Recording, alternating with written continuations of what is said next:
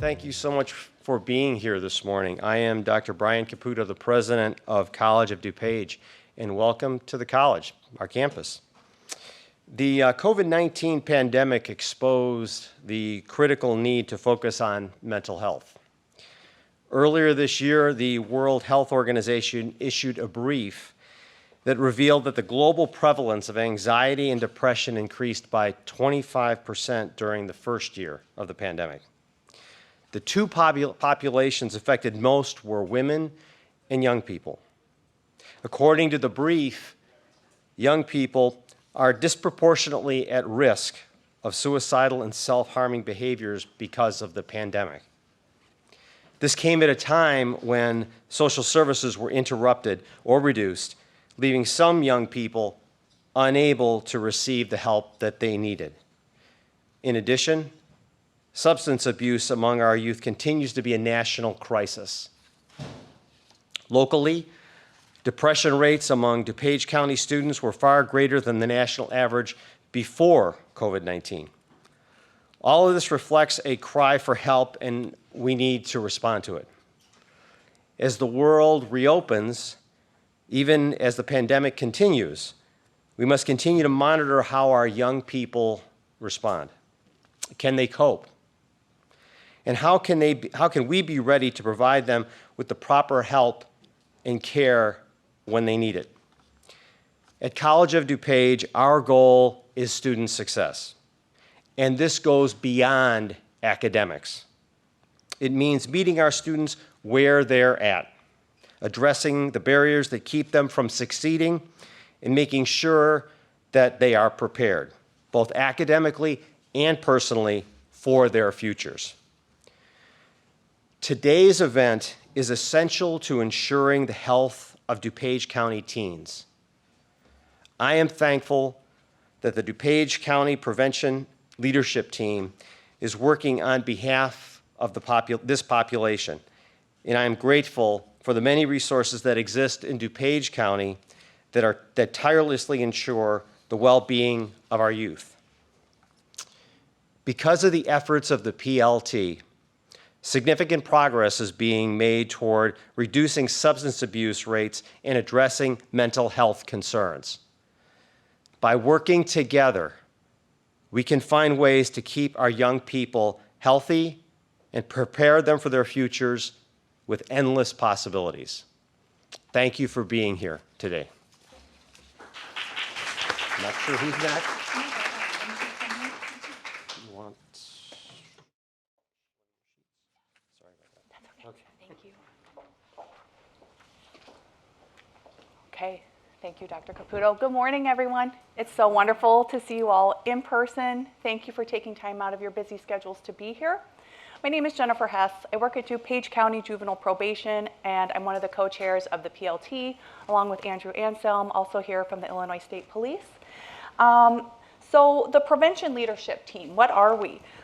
We are a countywide community coalition working to address substance use prevention and mental wellness among DuPage County youth ages 18 and under. So on the screen you can see our main focuses, which really are prevention policies and providing education and information. So if you're looking for support, if you're looking for education and information, I'll give you some contact information at the end. Please always reach out to us if we can be of service and of assistance. We would love to do that for you. So we have all been through a lot in the past couple of years. And we know our kids are resilient, right? But we also really probably don't fully understand the impact that COVID-19 and everything that's come along with it have had on our kids.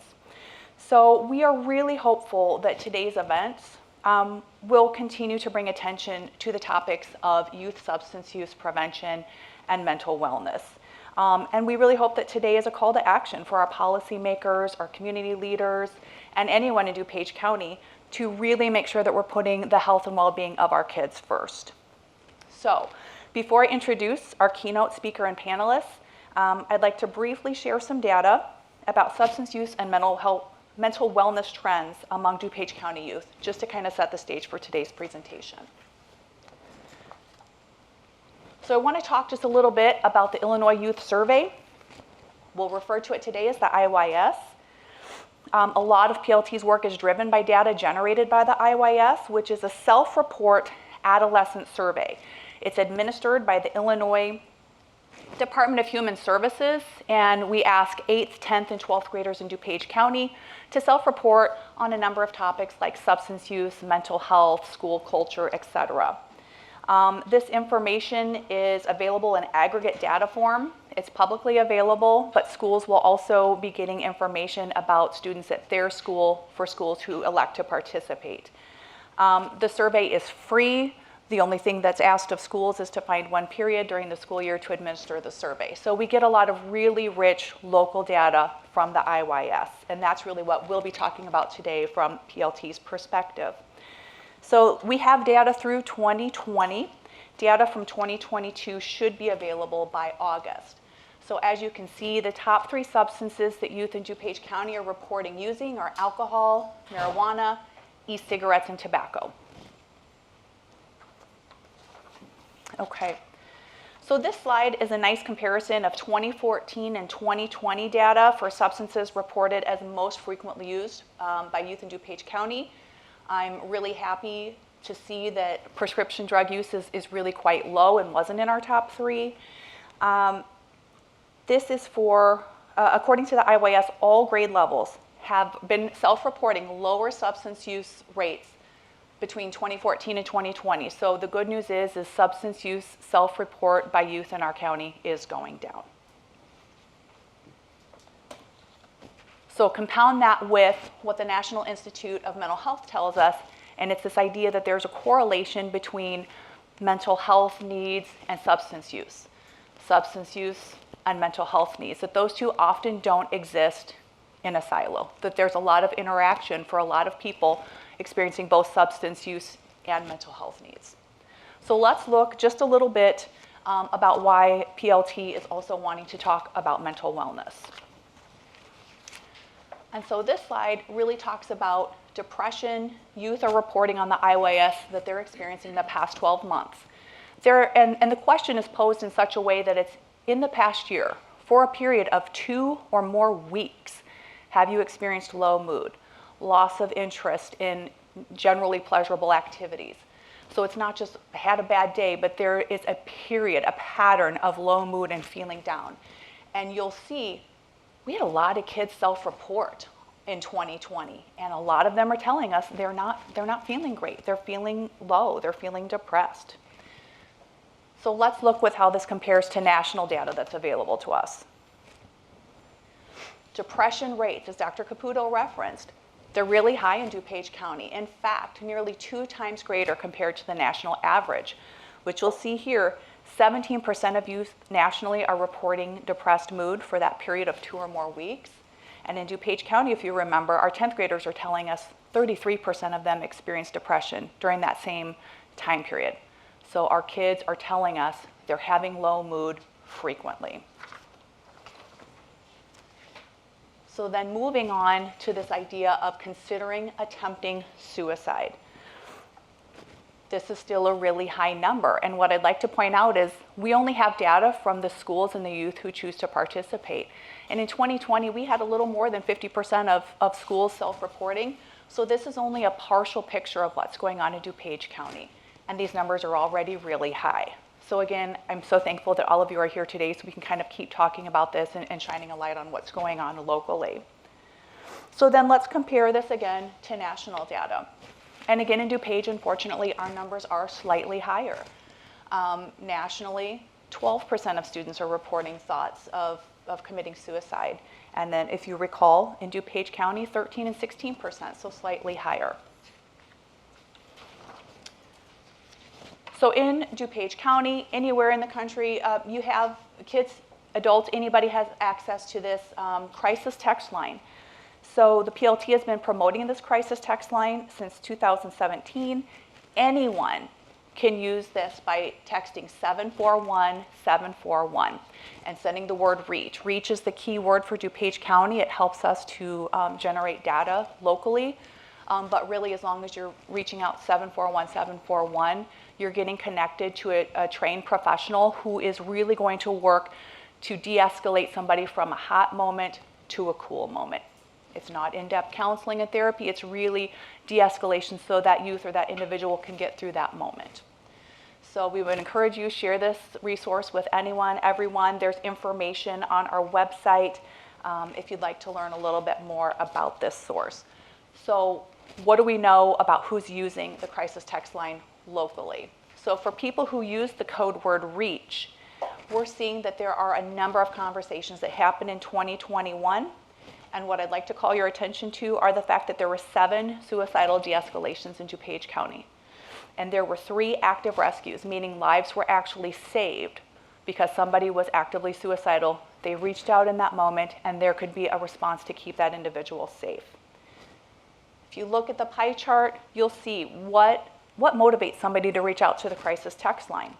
It's anxiety and stress, it's trouble at school, difficult relationships, and depression. So again, our kids are telling us we're struggling, and the crisis text line is one way that people are able to kind of hear them and respond to them. So what is the PLT doing? This is really an overview of what we are seeking to accomplish. And this is our action plan. Again, we're focusing on alcohol, marijuana, tobacco, and vaping. Those are the 3 most frequently used substances locally, as well as mental health and wellness. So really our goal is on the IYS to see those numbers continue to come down for youth self-reports on 30-day usage for substances, for alcohol, marijuana, and tobacco and vaping. As far as alcohol is concerned, we'd also like to work with community members to change policy for social hosting ordinances, meaning that there are consequences for adults who allow youth to have access to and use alcohol in their homes. And then we'd also like to continue reducing permissive norms among parents, meaning it's okay if you use here, as long as you're doing it here and you can be safe. Kind of those thoughts that parents have that it's okay to use. We'd really like to work to kind of bring some of those down. Some of the same goals for marijuana, in addition to assisting communities with prevention policies. Moving over to mental health, same idea, we'd like to see numbers continue to go down on the IYS for youth reporting periods of depression. PLT is also working to coordinate crisis intervention, which is part of the crisis text line that I talked about, as well as mental health first aid trainings for students and our school resource officers working with kids in our schools. And then finally, we want to keep working to develop mass media campaigns to reduce the stigma of mental health. If anyone is interested in joining the PLT, our meetings are open. We would love to have you. We meet the last Wednesday of every month from 9 until 10:30 a.m. A lot of our meetings are done virtually on Zoom. You can check out our website, which is dupageplt.org, and you can find all the information for our meetings. We would love to have more people join us from the faith-based and business sectors. So if you know anybody who might be interested, please send them our way. And there's also a lot of opportunities to get involved hands-on through PLT. We have some work committees, the school committee, data, policy and communications. So if you're interested in working with us, we would love to have you. Please contact our project coordinator, who I just want to say is fantastic, Jordan Esser. If you need anything, she will work with you. She will help you. She will make sure that you have data, resources, information, make professional connections. So please don't hesitate to reach out to Jordan if you have questions, would like to join the PLT, or we can just be of assistance in some way. Okay, so I'm really happy to introduce our keynote speaker and panelist for today. Our keynote speaker is Carissa Sable from Linden Oaks Behavioral Health. Ms. Sable is a clinical therapist and lead for the Linden Oaks St. Charles Outpatient Program, where she currently runs the dual diagnosis adult program. After Ms. Sable's keynote, we will hear from some expert panelists on issues related to adolescent substance use and mental wellness, and I will introduce them later. And so without anything further from me, thank you all for joining us. Ms. Sable. All right. Hello, everyone. Like this wonderful introduction, thank you so much. Like she had stated, my name is Carissa Sable. I'm a licensed clinical professional counselor and a certified alcohol and drug counselor. I've been working in the field for the past 5 to 6 years, working in outpatient, residential, and hospital settings for substance abuse treatment primarily. I've had a history of working with both adults and adolescents and have gained perspective on how mental health develops through aging. I have a history of, I am extremely passionate about substance abuse treatment and educating those on what substance use disorders are to community members and to fellow professionals. You will hear me say substance use disorder and rarely hear me use the word addiction. I personally strive away from using addiction because it tends to give a perspective that substance abuse isn't a problem until it becomes an addiction or dependence. I do not believe that to be the case, and that all forms of substance abuse and misuse need to be taken seriously and properly treated. For what I have learned over the course of my career is that substance use disorders are the Band-Aid on a much deeper mental health wound that have yet to be healed. A significant number of my adult patients have a history of trauma, and their substance use came much after due to their inability to cope with their emotional understanding of what had happened to them. It concerns me more to see what even our hospital has been undergoing this major crisis when it comes to the fallout of COVID-19 and the mental health impact that it has, especially on our adolescent population. Giving our community, and most importantly, our adolescents, the proper education on their own mental health and subsequently their substance use is pivotal in ensuring that we do not continue recent trends in what we have seen over the past couple years. I'm going to take some time and transition and talk about understanding the science of substance use disorders. I think it is extremely important to acknowledge what is going on within the brain when it comes to a substance use disorder. Surveys have shown, according to the National Institute on Drug Abuse, reported that 20 million adults with substance use disorders, 30% of them had a co-occurring mental health disorder in 2017 alone. Most of my patients I see present with co-occurring disorders, which often means other mental health disorders coinciding with their substance use disorder. And usually this begins in childhood and early adulthood. So first, we're going to be explaining, like I said, understanding what the brain is going through, what is actually going on behind substance use disorders. It is a very common misconception that substance use disorders are caused by choice of an individual alone, and they solely are responsible for the negative consequences of choosing to participate in that behavior consistently. However, over time, the brain is hijacked by substance use, and that is no longer a simple choice by an individual, but rather a need for survival. A major theory that is estimated to cause substance use disorders is known as the hedonic homeostatic dysregulation. I know it's quite a mouthful. This means is that the brain can no longer regulate to homeostasis or balance of conceptualizing reward and pleasure.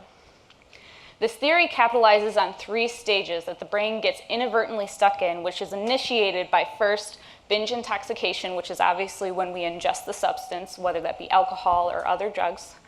Next, leading into that withdrawal and negative effect when we start to lose the effect of the substance and we start to miss and essentially experience negative effects, such as many, like say for alcohol, that hangover, that withdrawal, and then leading into that preoccupation and anticipation, which seeking that period of substance use again. What I've seen personally when working with clients is that their substance use may initially be a way of having fun, stress relief, or to let off steam in their life. However, over the course of time, this becomes more of a means to solely manage stressors, difficult relationships, a job they don't like, or simply mental health symptoms they do not know how to manage otherwise. It becomes a sole means to cope.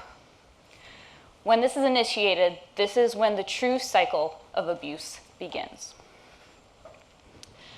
This diagram shows the hedonic homeostatic dysregulation theory within the brain and the different parts of the brain in which are affected when substances enter the brain. And this is all substances.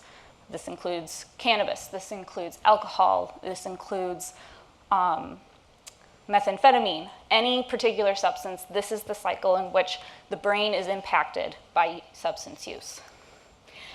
I want to acknowledge I am no neuroscientist, but I will do my best to explain what I've come to learn into this delicate system. The beginning of this cycle is first initiated within the thalamus, which is that blue, as you can see in the beginning of this cycle. It's kind of color coordinated, which is nice to kind of follow along with. The thalamus, which is that center part of the brain, is responsible for sensory input and large motor output. This is why substances are disorientating, can dull those senses, and a large motor function such as walking or driving are negatively impacted. Then it impacts is the hypothalamus, which is kind of tucked underneath the thalamus. So the thalamus is that long, elongated blue section of the brain. The hypothalamus is directly underneath, which is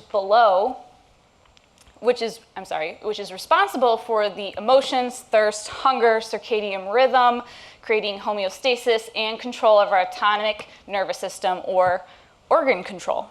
So you might hear, like a lot of the times when somebody uses a significant amount of substances, they may lose control of their organ control, they may need to pass out, they may have those high mood swings, becoming very tearful very easily.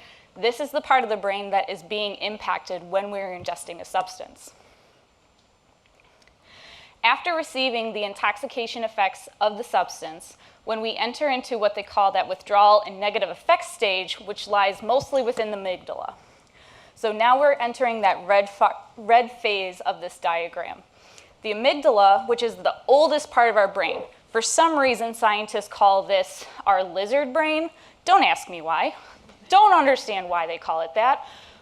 Maybe to emphasize the fact that it's old. That is my best guess. But this is our oldest part of our brain. This part of our brain is responsible for telling us what is important for survival and a key component in memory. So not only is it letting us know how and what we need to survive, it's telling us what we need to remember to keep surviving moving forward. So when we enter that withdrawal and negative effect, that amygdala is heightened because it's telling us, wait, this was good, we need this, remember this. At this time, in a substance use disorder, the amygdala, like I said, is notifying us of that survival piece, but then leads into, as we go into that preoccupation phase, our orbital lobe and hippocampus, which is our decision-making and continued processing of memory. This is causing that decision-making, and it's causing that remember this, continuing from our amygdala into our hippocampus. So it does seem like substances are fueling this cycle and responsible for many people to become victims of this disorder. However, substances actually are hijacking a key component in an important chemical within the brain that is really truly fueling a lot of these different parts of the brain being heightened. This chemical is known as dopamine. Dopamine is the, again, main component of substance use disorders that are being negatively impacted. It is a neurotransmitter within the brain that naturally occurs in our body, again, telling us when something is rewarding, pleasurable, or important. Dopamine used to be kind of associated as the pleasure system, when in reality, a lot of times we have shifted away from using the word pleasure because sometimes it's telling us not necessarily something that is just pleasurable, but actually something that is rewarding, something to do again, even if it's not something that we enjoy. So like this neurotransmitter is located within the midbrain nuclei, mainly that VTA. I apologize, again, not a neuroscientist. Sometimes pronunciation of the different parts of the brain are not my forte. But this part of the brain is in the center within all those different, like I was showing earlier. Let's see if it'll go back. Yeah, it did. So in the center of the brain, dopamine is being housed. That is the main part in which substances are being impacted. So dopamine is responsible for telling us what to eat, sleep, stay hydrated, seek shelter, sex, and even survival, right? So it's telling us, do this again, this is what's good for us.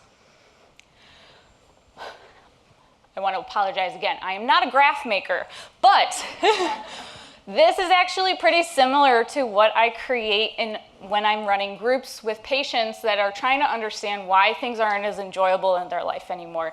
And this is what I end up drawing on the board for them. So when we ingest a substance, we initiate the hedonic homeostatic dysregulation through dopamine. Usually when I start off this, I give the example of give me a food that everybody loves to eat. I chose mac and cheese just because that's what I was thinking about that day. But it's usually we think of a food that instantly gives us that reward. Like, oh, everybody can think of that favorite pasta dish or their favorite pizza place.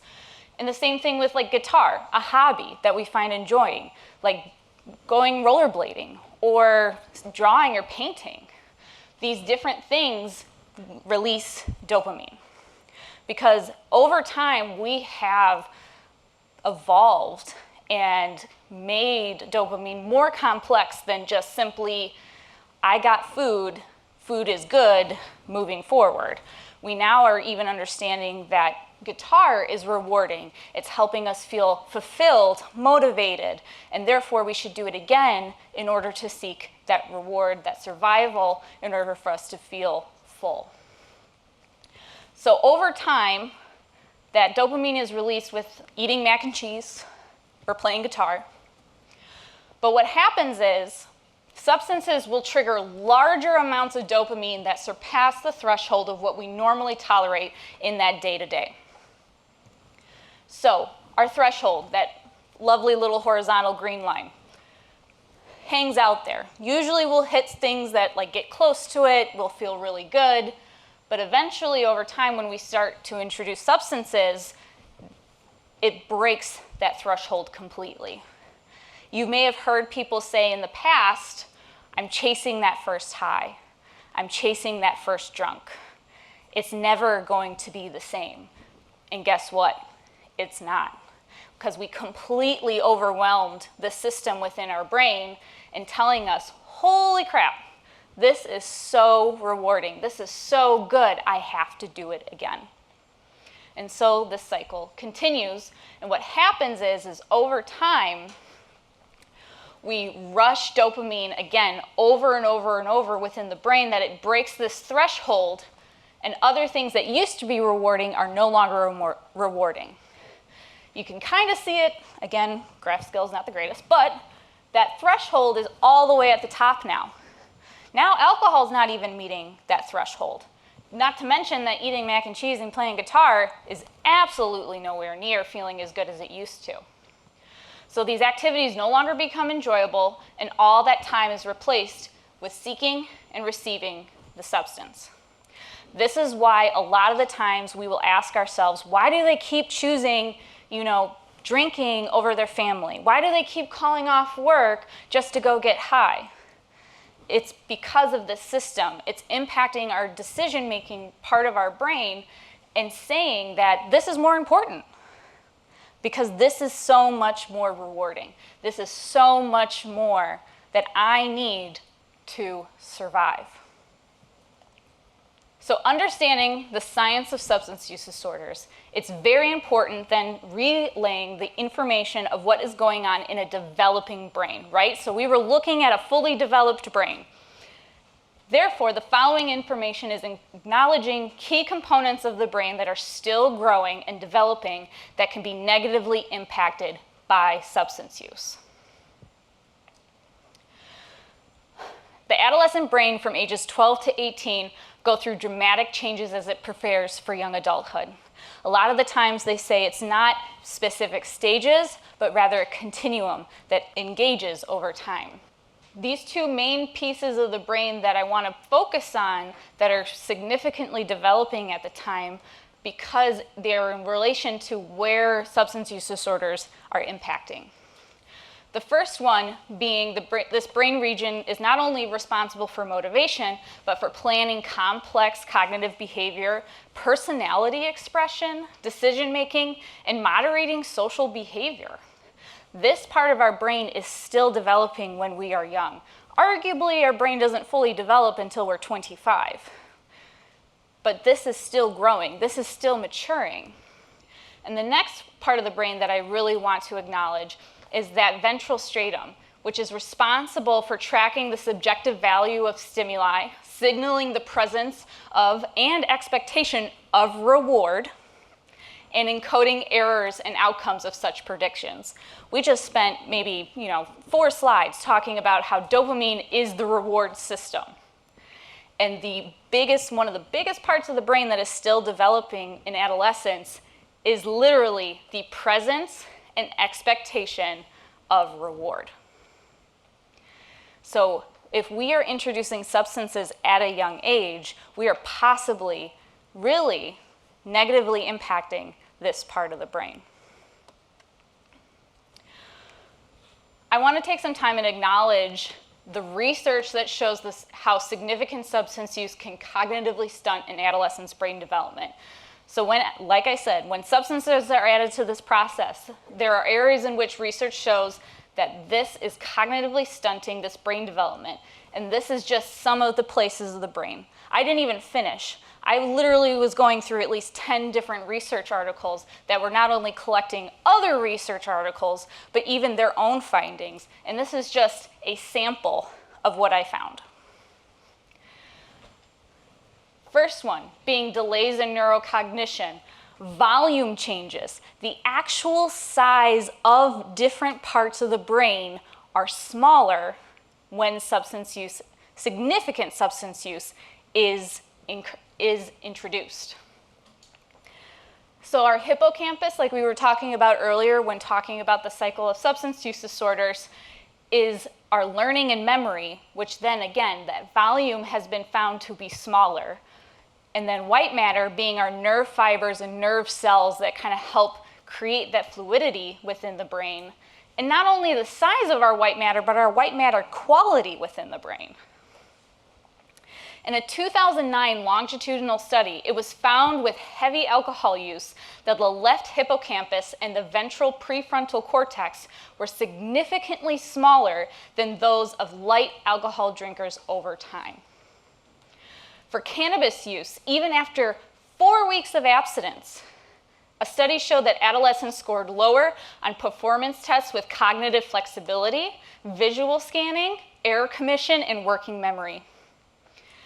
In a verbal encoding, so talking about later down the line as in that brain functioning to verbal coding, it was found in a comparison to binge drinkers to abstinent adolescents, it showed that there were slightly poorer initial verbal learning, disadvantaged verbal processing, and decelerated learning.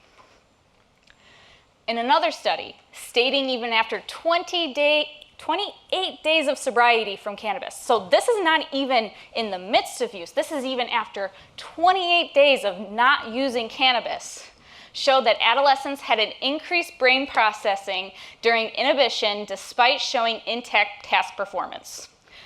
I had to read that sentence like 5 times. But what it means is that this discussion requires much more effort for somebody who has an impulsive urge to think through, do I act on this impulse? Even though that person, even after 28 days of sobriety, was able to not follow through on that impulsive behavior, it took them significantly longer to process and understand I should not act on that impulse compared to those that were abstinent users. Due to the nature of the adolescent brain and still overcoming developing parts of the brain, such as impulsivity control and expectations, long-term substance abuse beginning in adolescence reinforces the properties of the drug. Think about that. So when we're under, let's say, the influence of alcohol or cannabis, we are more impulsive. We are not really thinking through decisions. But if we started significant substance use in adolescence, we're actually reinforcing those properties into just long-term health issues within our brain. I know this is a lot of information, but this is important because at the end of the day, these are real things that are happening within the brain when it comes to significant substance abuse in adolescence. So now as we transition and talk about some of the statistics that we are seeing in regards to not only all of this information that I had just given you, but really kind of seeing what is it looking like, not only on a national level, but on more of that local level.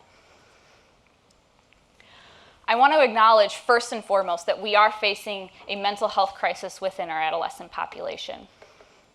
When March of 2020 began and everything was shutting down, I was placed on our hospital job pool to help assist Linden Oaks transition into to help transition all their psychiatrists to telehealth visits in order for them to meet with their patients.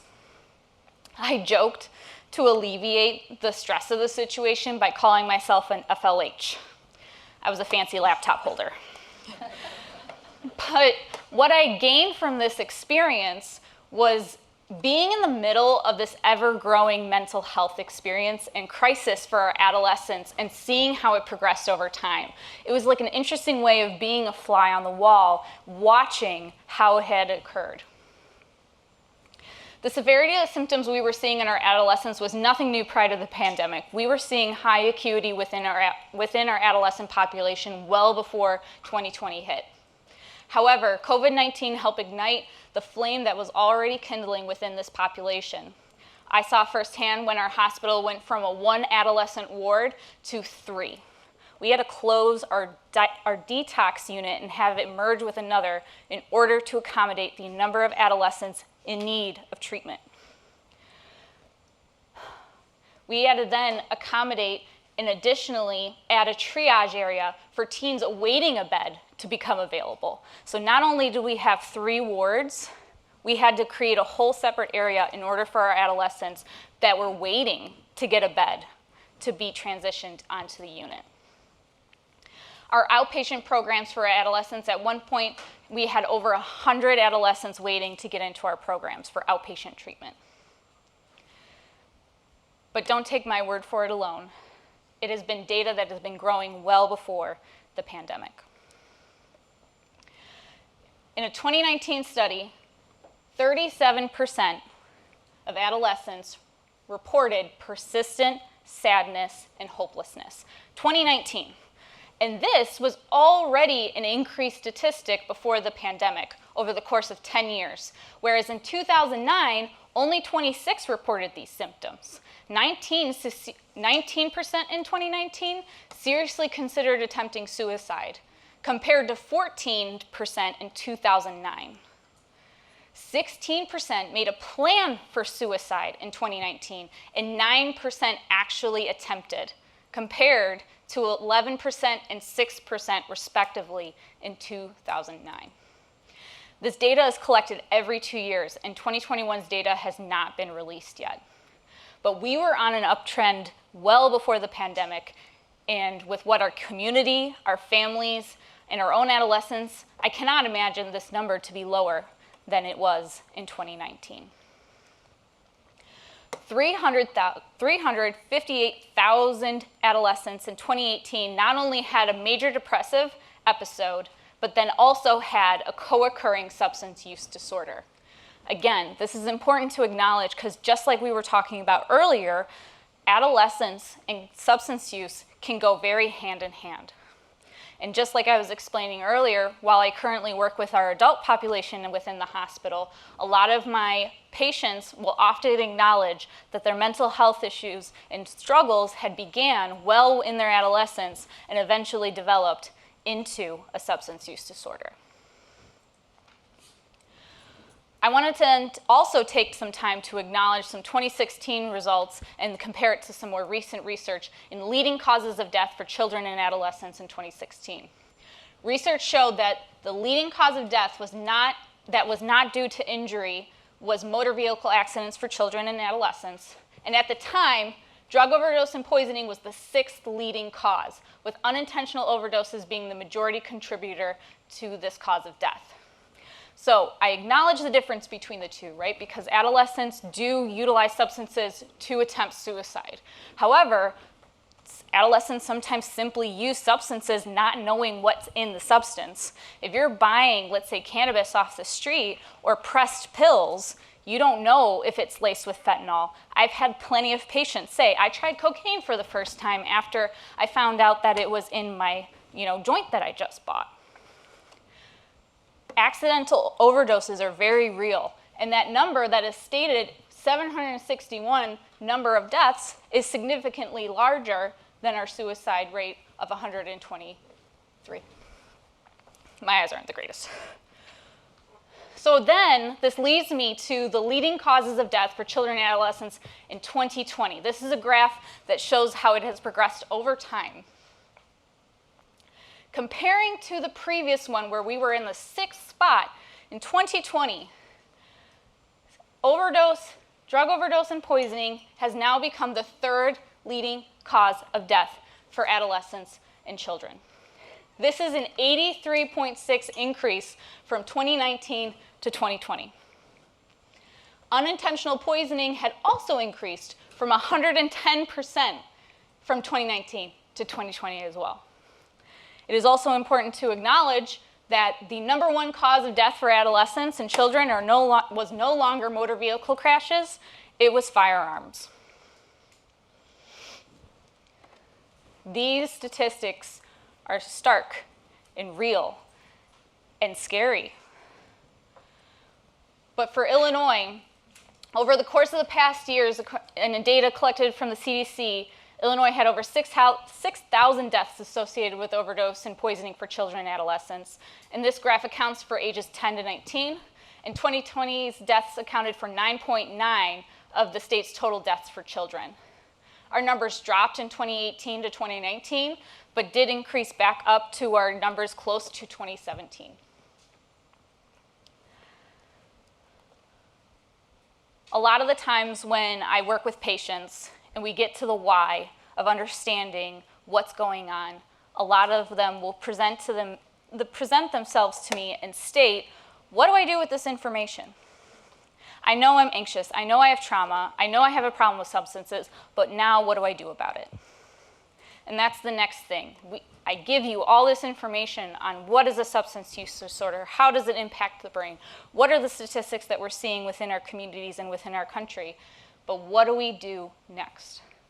And the biggest thing is creating education around substance use. Prevention for substance abuse in children and adolescents are effective in 3 areas. It is effective within our schools, our families, and our communities. These 3 areas are significantly important when it comes to working with adolescents because these 3 things are arguably their whole life.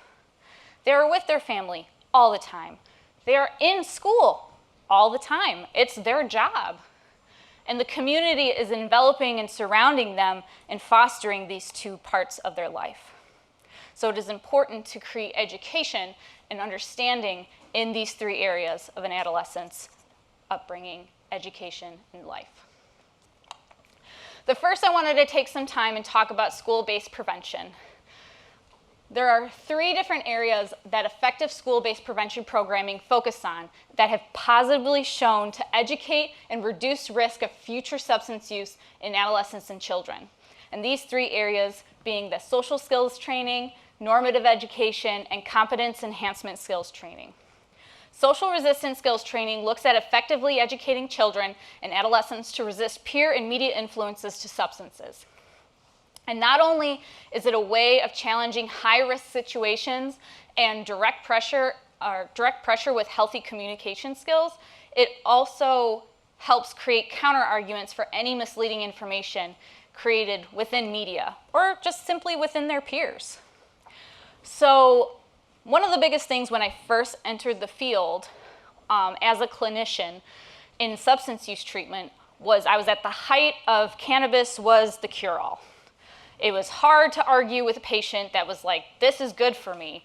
It's natural. I don't understand why you need me. It's not addictive. And having to educate and understand that cannabis is just as addictive as any other substance. While it releases different amounts of dopamine compared to, like, let's say methamphetamine, it's still addictive. And now my favorite argument, nowadays at least for cannabis, is that when somebody says, well, it's all natural. Well, we've kind of genetically modified the crap out of it by now that it's like nowhere near what it was 20 years ago.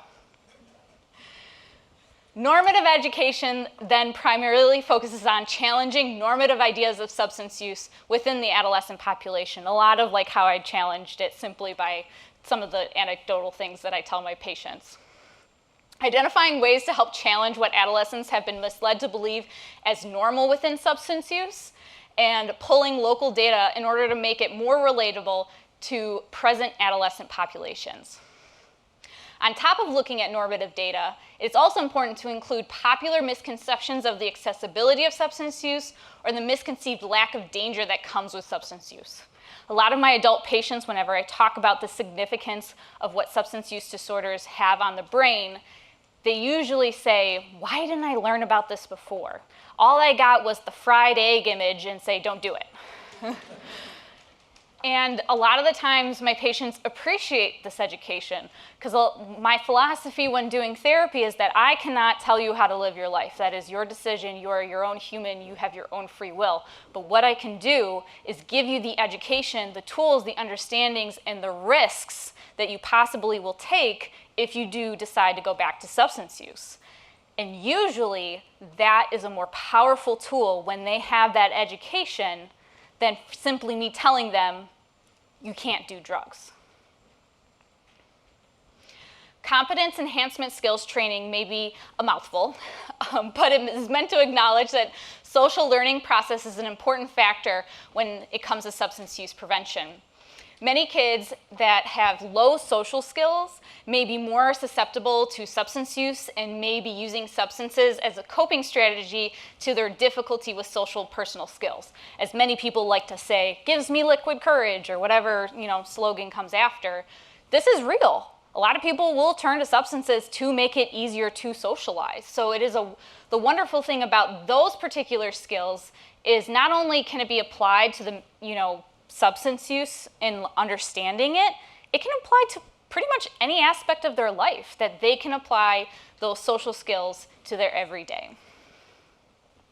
These are 3 evidence-based programs that I had found that really leaned into these 3 particular trainings: life skills training, Project Towards No Drug Abuse, and brief alcohol and drug screening for college students, that addresses all 3 of those different areas and educating and knowing and allowing them to have that information for themselves. Next, I'm going to be talking about that family-based prevention. It is clear that when it comes to this form of prevention, family-based prevention is meant for the parents, guardians, or family members exclusively. From what I've learned over my experience as a clinical therapist, when working with adolescents, family dynamics is a key to fostering healthy mental health healing. So these programs are not necessarily meant for the adolescents. They are meant for the parents, for the guardians, for those family members, those caretakers, because they are just as much of this part of this process as their adolescent. They're growing up seeing, experiencing their family around them. And so, such as Family Matters, creating lasting family connections, and brief strategic family therapy, all evidence-based programs that can help educate our family members on how to help support their adolescents with substance use treatment, how to really engage in those resistance skills, what are rule setting, and ways to reduce aggressive or antisocial behaviors if it becomes severe enough. Lastly is that community-based prevention. Focusing on identifying that public policy, community activities, mass media campaigns to help support the whole community, right? Community-based prevention is really enforcing and encouraging that fostering of education within families and within our adolescents. And when we are able to provide it, it can create further support and again, in educating in those dangers of substance use. PLT does a fantastic job showing the data that it's done in reduction in substance use. This works. When we educate, when we involve ourselves as a community, This is how we can come together in order to make sure that everybody understands the dangers of significant substance use, how we help all of our populations, whether it is our family members, whether it is our adolescents, whether it is the healing of our community, to better understand how we grow together within it. Substance use disorders are preventable through education. So many times, like I've said, we've heard the just say no. We've heard the just don't do it, or hey, you can do it a little bit. But in reality, we need to have the power of this education around us in order to make sure that everybody is knowledgeable of the impacts. What is a substance use disorder? What is happening in our country, our state, our local community, and how can we come together to educate, to support, and allow us all to heal within one another. Thank you guys so much for your time today.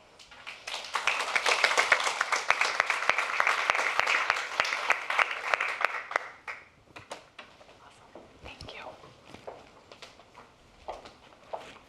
Thank you, Carissa. All that information is really, really enlightening and helpful and giving me a lot to think about. Okay, so next I would like to introduce our panel.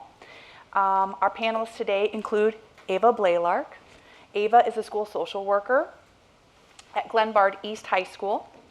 Amber Cork is the assistant superintendent at the DuPage County Regional Office of Education. And Dagmar Kaufman. She is the founder and executive director of On Balance Parenting. So Ava, I will throw it over to you. Make sure my braids aren't in the way. You guys can actually hear me. It's gonna look like I have a lot of notes here as I'm flipping through these pages, and I do, but I'm not gonna be super long either. Carissa gave us a lot of really good information, and so I just wanna kind of, what's my word? Give a little and so you kind of mentioned, right, substance use disorders and how a lot of times people will use it to cope with things that they've been through, right? And so a lot of what I talk about is ACEs, and I'll also ask a couple questions because it makes me less nervous if I feel like you guys are participating. And then I also don't want to talk about something that you guys know about. So just a quick show of hands, who's heard of ACEs? Awesome. So you guys have heard of the adverse childhood experiences. So you know that there are 10 of them that focus on abuse and neglect, and then things that family members experience, like incarceration, a family member with mental illness, or abandonment, or even death of a family member. Those are all ACEs. And the most important thing I think about ACEs is that it let us know that it's not just a problem of working class communities or a problem of communities of color, right? Because this study was done with predominantly white, educated, middle class families. And what they found is that it's the basis for a lot of common health problems. So it's a predictor of later mental health, disease, and even death, and just overall social functioning and well-being. Right, so people who have experienced trauma have a higher chance of experiencing mental health issues like anxiety and depression and PTSD and substance use disorders. So, but there's a new ACE in town, right? And that new ACE is COVID. And we kind of joked about COVID being the gasoline to a fire that was kind of already starting. In December of 2021, the U.S. Surgeon General issued a mental health crisis for our young people. But as Carissa mentioned, even before the pandemic, there was an alarming number of young people who struggled with feelings of helplessness, depression, and thoughts of suicide. So before the COVID-19 pandemic, we had 20% of children ages 3 to 17 who were experiencing a mental, emotional, developmental, or behavioral disorder. And so you think about that age 3, like that's at 3, you're, it's terrible 2s and 3s. You're supposed to just be running around getting into stuff. But 20% of our students were, experiencing disorders. You talked about just the increased attempted suicides and things like that. So COVID, again, was just that fire to the gasoline. And one particular statistic is that between March and May of 2021, the emergency department visits for suspected suicide attempts for girls was up 51% for girls ages 12 to 17. So that's something that I talk to my girls about a lot. So this pandemic, and it's a collective global trauma, right? Like we, all went through it. And this is something that our young people, they've never seen anything. We've never seen anything like it, but they've never experienced this global kind of trauma. So it really did disrupt their lives. And the pandemic also heavily affected our populations that were already vulnerable to begin with. So our students of color, our students who live in immigrant homes, our homeless youth, our LGBTQ plus youth, they were all even more affected. Our homeless youth, our youth in juvenile and probation services and things like that. So, like you said, it really is kind of a serious issue. She introduced me. I'm one of the social workers at Glenbard East High School. And so I guess I want to ask, are the two top discipline problems that we're seeing in Glenbard, does anyone maybe have a clue of what those two top things might be? You can just yell it out because, Truancy. Mm-hmm. That's definitely one. What's the other one? Vaping, right? So substances, right? Vaping is literally our number one. It's the reason why almost all of our students who get an alternative to suspension is because of vaping, right? They get caught, and it doesn't matter that we tell them that we have vape alarms in the bathrooms. They don't seem to care. I'm just why you gotta do it at school? But or they know the tricks, right? They know which bathrooms to go into. They know how to not make the alarm go off, and they say that a lot of times they don't get caught, but a lot of times they do, because it literally is the number one reason why students are in our alternative to suspension. It's what we're talking to them about. So they're vaping in the bathroom, and also there's always the bathroom, and then truancy and attendance is also one of the top concerns as well. And it's always been an issue, but again, COVID kind of exacerbated it, right? And what we're seeing is that a lot of students are, that return to full-time in-person learning was really a hard transition for our students, and the anxiety, whether it's social anxiety, and they're, not able to get along with friends or make connections with their peers, that's a big deal. And some of them are just anxious about school in general. It's academic anxiety, like test anxiety, or they're worried about being called on in front of, their peers, or, they're not connecting with their teachers. So those are really the top two concerns that we're seeing in Glenbard. There's a quote that I use all the time, and it says that if adolescents can't make sense of their suffering, the world will have to pay for it until they can. And so how do we help them to make sense of their suffering? And so I always say the top two things are building relationships, because young people, I think, feed off of adult energy, and then also letting them know that, they're valued, that they're not alone, and that there's value in their voice. So those are kind of, two of the top things that I kind of talk about. I told you it looks like a lot, but it's not really a lot. That's it? Mm-hmm.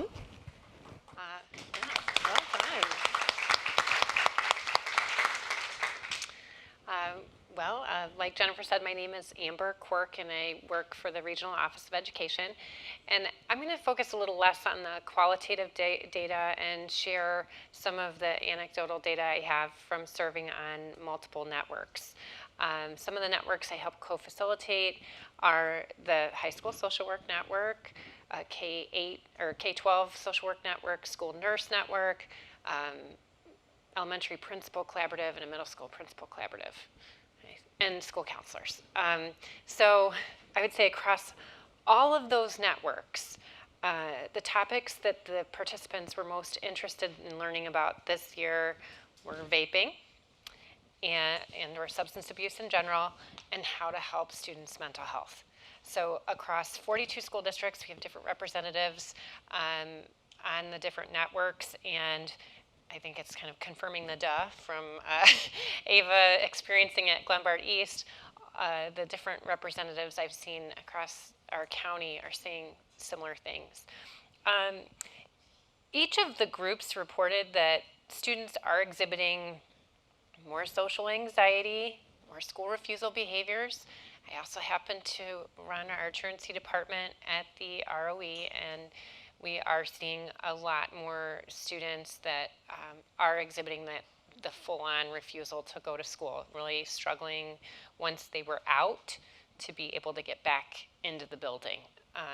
Compared to maybe in the past, we would have had more students that, they might get the first letter from our office and then go back. So definitely an increase with that as well. I would say all the networks have reported an increase in crisis situations this year and hospitalizations. They are seeing an increase in externalizing behaviors, so the fighting or disagreements or acting out that they would see in classes. It was as if students just didn't know how to act in school anymore and follow expectations.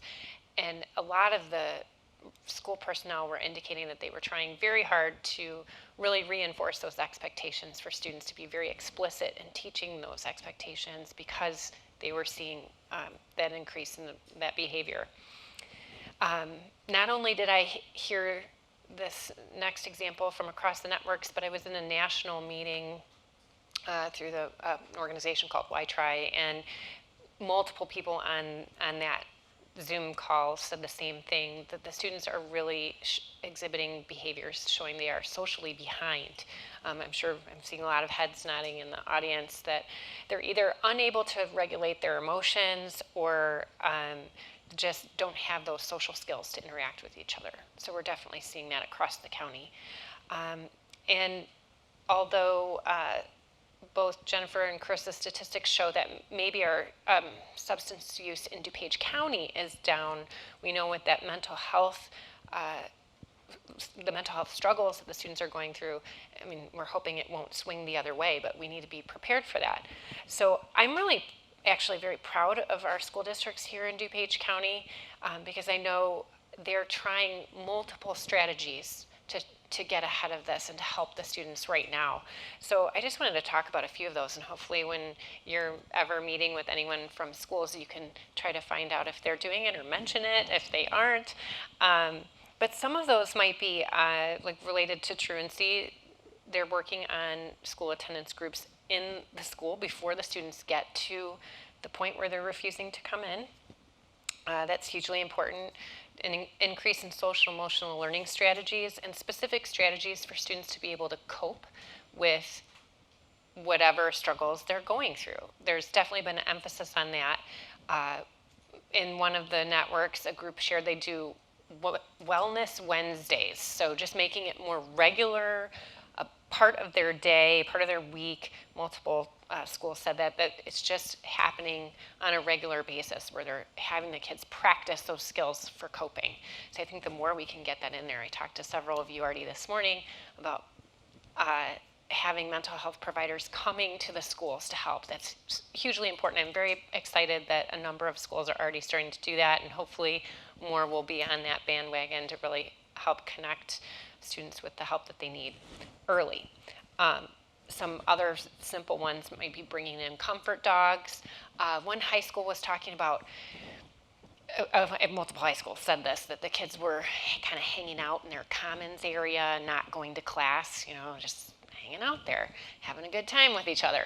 And one of the high schools shared their strategy was they had specific teachers who would come down during that time and do like a walk and talk to class. So they would bring the student with them and walk in the hallways. So it kind of served two purposes, getting them to class and also helping build the relationships like Ava mentioned, because that's hugely important. Many schools did what's called, or so they referred to it as an invisible student activity. So taking every student in the school and asking the staff members to identify what they know about that student.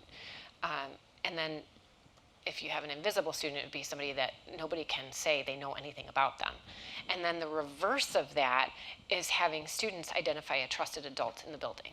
So really trying to promote that this year with all of the groups, because that relationship building is definitely key.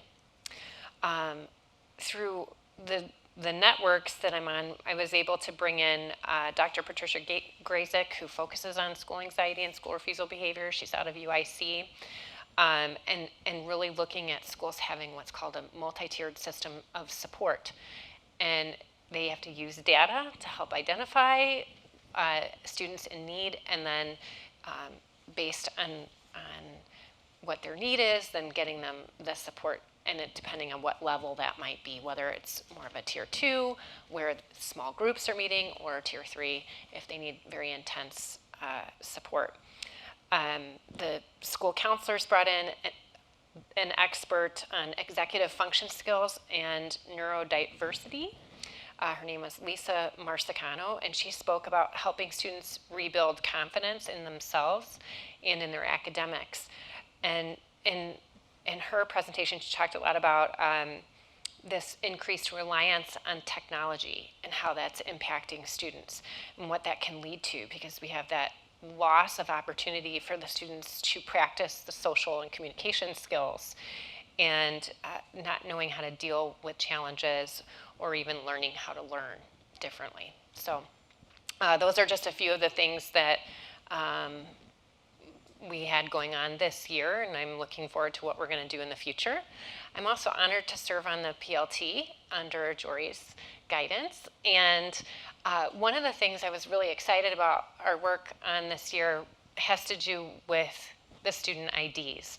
So the Illinois State Board passed a law, of course, and said you must have certain resources on the back of the IDs, and then there was no more information about it.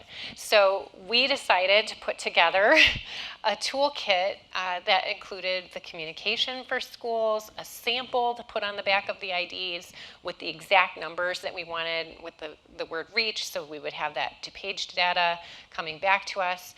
And then we pushed it out not only to the principals in school buildings, but our office actually pushed it out to the companies that make the IDs. So because some of them, trying to be helpful last year, put some things on there, but everybody kind of had a different thing going on. So we're really trying to bring together our resources to have more consistency across all 42 school districts. So I am very excited about that. I'm going to keep pushing that out there this year, and hopefully we'll have all 42 districts who use IDs having the same information on the back for the mental health support. We're also increasing our communication about the 5 mental health days. Again, ISB says students are allowed to take the 5 mental health days. I did hear from some high school people at the end of the year that magically 300 students the day after prom needed a mental health day. So, Also senior ditch day. And senior ditch day, yeah. So that's kind of unintended consequences, right? It's a good idea to think about the kids that need the mental health days, but kids, they try to work the system. So, but really trying to figure out how do we help kids with the mental health piece so that they don't end up with the substance abuse issues that Carissa talked about already. So that is all I have. Thank you.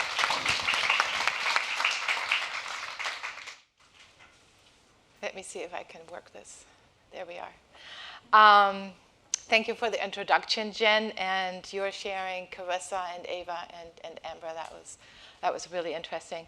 I'm really excited to be here with you today. It's my first in-person speaking event after 2 years, and it feels really good to be here and connect in person.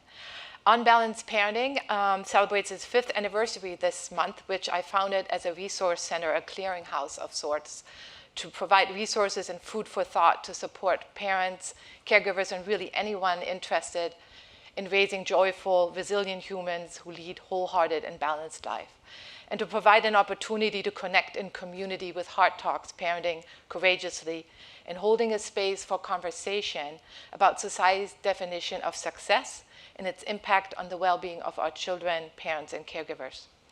But before I share my thoughts and offer an invitation to all of you to listen and reflect upon what teens have been telling us, and mirror they have been holding up to us, the adults, I would like to name that we've been experiencing extraordinarily difficult years filled with unimaginable loss of life, grief, disruption, and uncertainty. We have been stretched to our limits and beyond, while a bright light illuminated many issues our communities are called upon to address, including teen mental health. I'd like to lift up the life-supporting work that so many people and so many professions have been providing to support all of us. And this morning, I'd like to acknowledge the work of our healthcare professionals, educators, counselors, social workers, nurses, psychologists, public health professionals, and many more, including all of you here in the room. I know that you all had been working really hard before the pandemic, and then all of a sudden, often with little or no support, had to adjust literally overnight. I deeply appreciate all of you. We have been struggling, pivoting, adapting, and muddling through. Many of us are weary, tired, and burnt out. And in the middle of such upheaval and uncertainty where our hearts are breaking, I also think they can break open.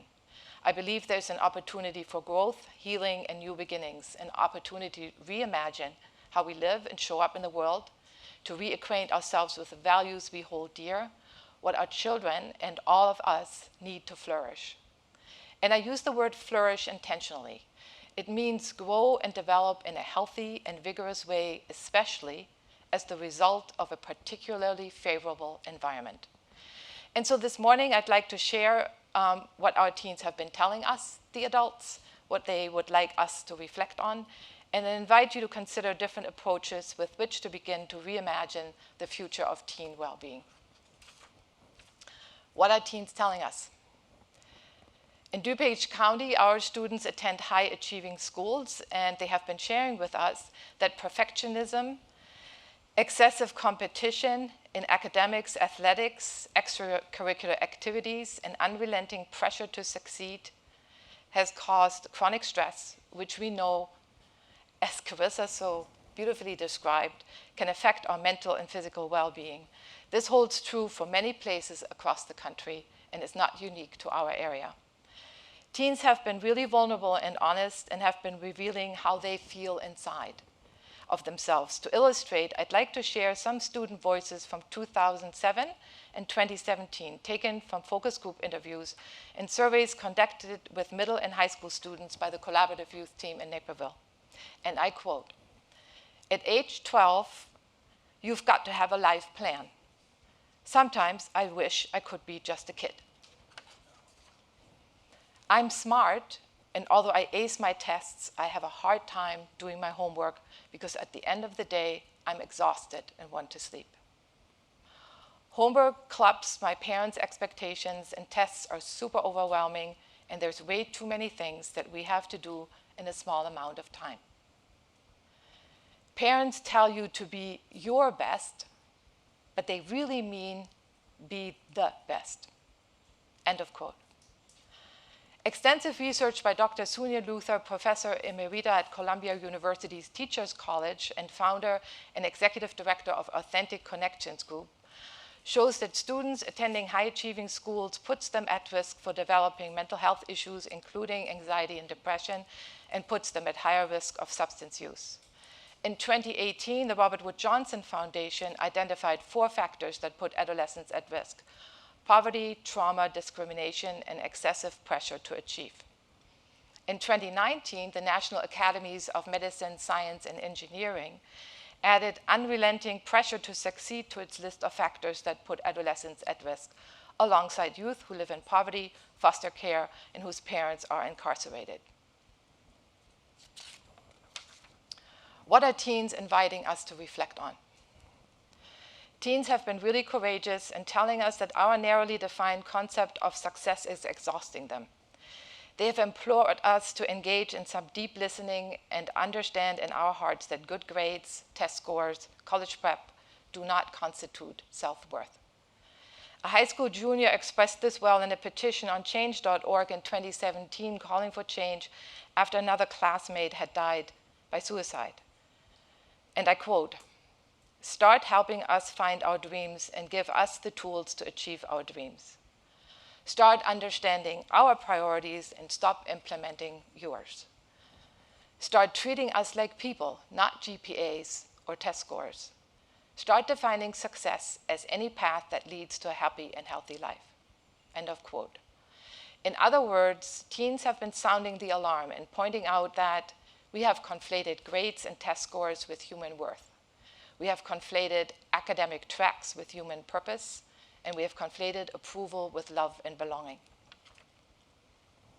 Students are asking us to value them as human beings and for space to follow their inner voice, to grow by deepening inside of themselves, to be who they are. Teens want to be loved for who they are and not who we want them to be. They're exhausted, burnt out, checking things off a list that supposedly lead to success. And I dare say that many adults in our community feel the same way. Teens have been holding up a mirror to all of us saying, we're done with chasing after things, accomplishing exterior things for the mere sake of fitting in. We want to be accepted for who we are. It is, as Brené Brown states so poignantly, love and belonging are irreducible needs for all people. In the absence of these experiences, there's always suffering. Our teens' mental health has been suffering because we have allowed a checklist of exterior accomplishments to constitute self-worth. We have mistaken fitting in with belonging. And the ensuing suffering is reflected in our teens' mental health. Healing and new beginnings. We are called upon to investigate the underlying causes and conditions that have led us to this moment, widen the array of possibilities, and plant seeds for a particularly favorable environment that allows our teens to flourish, to grow and develop in a healthy and vigorous way. We are called upon to sit with the discomfort that our teen mental health data elicit, without judgmental or defensive posture, and investigate and wrestle with our model of success that has impacted our children's well-being, and really all our well-being, because we are inextricably connected to one another. Children's well-being rests on the psychological health of their parents and caregivers, as well as educators and school staff well-being. Our US Surgeon General, Dr. Murthy, phrases the question like this, and I quote, "Society tells us to chase so many things, right? And whether it's good grades and a resume in school, or whether it's wealth, power, and fame, which is, I think, the big three goals that society tells us constitutes our self-worth. But the pandemic has made me rethink a lot of things. But one of them is, what are we seeking to give our children through their education, both in school and out of school? How can we best give them the best shot at living a healthy, fulfilling, and happy life? These questions are invitations to deepen our understanding inside of us individually and collectively in the places and organizations we live, work, teach, and learn. They are hard and hopeful questions. They are a labor of love that requires every single one of us. Our Surgeon General also invokes the healing power of love and its derivatives, compassion and kindness, and this quote by him resonated deeply with me.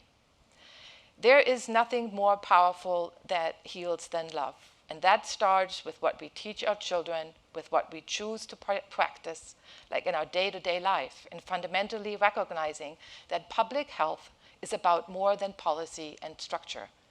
It is about culture, values, and identity, and we anchor that culture, our identity, our values, and love. I think that will guide us to the place where we need to go and truly be healthy and happy, which is, I believe, what we all want. Another opportunity lies in rethinking our approach to adolescence. The Robert Wood Johnson Foundation, in its Adolescent Wellness Report, suggests that we stand at a crossroads and extend an invitation to think differently about adolescence. They write, "Researchers, policymakers, practitioners, parents, and funders stand at a crossroad in determining our nation's approach to adolescence. The traditional view holds that the adolescent years comprise a difficult phase to be endured and survived. But a newer approach considers adolescence to be an important time to nurture, guide, and support our youth to live the healthiest life possible. And the emphasis in that quote is mine. In other words, instead of containing our youth, we could consider adolescence as a period of practice, of growing into an adult. Another important piece for the future of our well-being comes to us from the field of neuroscience, mindfulness, which is a practice that is supportive of us in uncovering what we are feeling inside of us. Jon Kabat-Zinn, the founder of mindfulness-based stress reduction, defines it like this. Mindfulness is the awareness that arises from paying attention, on purpose, in the present moment, with an attitude of kindness and non-judgment. Mindfulness is not a quick fix. It is the cultivation of a practice. And to give you a taste of it, I'd like to invite you for a short attention practice. If you would like to take a comfortable seat, feeling the feet firmly on the ground. The eyes can be soft, gazing or closed. Placing the hands on the thighs, palm up or palm down. Lifting up the back of the skull a little higher. Releasing the tongue away from the roof of the mouth. Feeling the lift of the neck without efforting or straining. Tipping the forehead forward just a little. Signaling the brain that there is no doing required. Sensing the balance. The feet on the earth. The sits bone in the chair. The solidity of the lower body and the uprightness of the spine.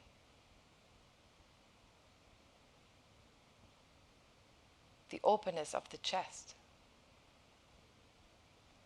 The way the head balances between the shoulders. Between the front of the body and the back of the body. Perceiving the subtle movements in the spine and the trunk. The way a river birch moves in the wind. Rooted, yet not rigid. Present to the entire body sitting. Awake to sensations in the front, the back, the sides. Sensations on the level of the skin, the air, clothing, and deeper sensations, internal to the body, pressure, muscular tension, or ease, or movement. Now paying attention to a single focus. Could be the breath, the hands, or feet. Or if an external focus is more accessible, perhaps sound. Allowing attention to land, to gather. Letting this focus be center stage. Everything else moving to the background. Moment by moment presence. And as you practice, attention will wander. It's the nature of the mind and attention. And whenever you notice that the object of attention has floated away, has disappeared, then this is the moment of practice. It is the present moment. And when attention has wandered, bringing it kindly and firmly back to the anchor, the feet, the hands, the breath, or sound. With the kind of kindness that we have for a dear friend.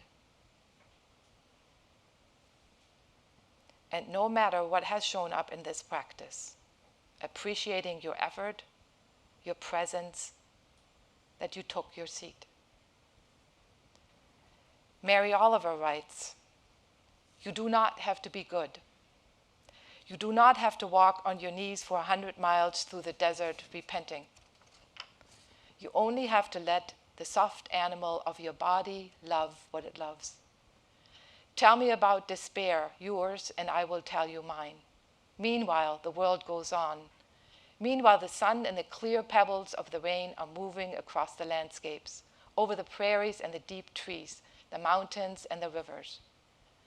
Meanwhile, the wild geese high in the clean blue air are heading home again.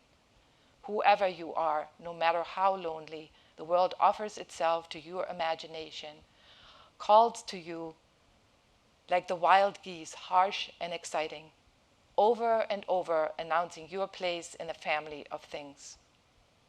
Over and over announcing your place in the family of things.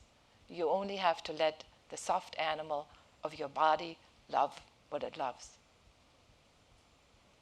Now slowly coming back into the room. If your eyes were closed, softly gazing. And I thank you very much for your presence and your kind attention.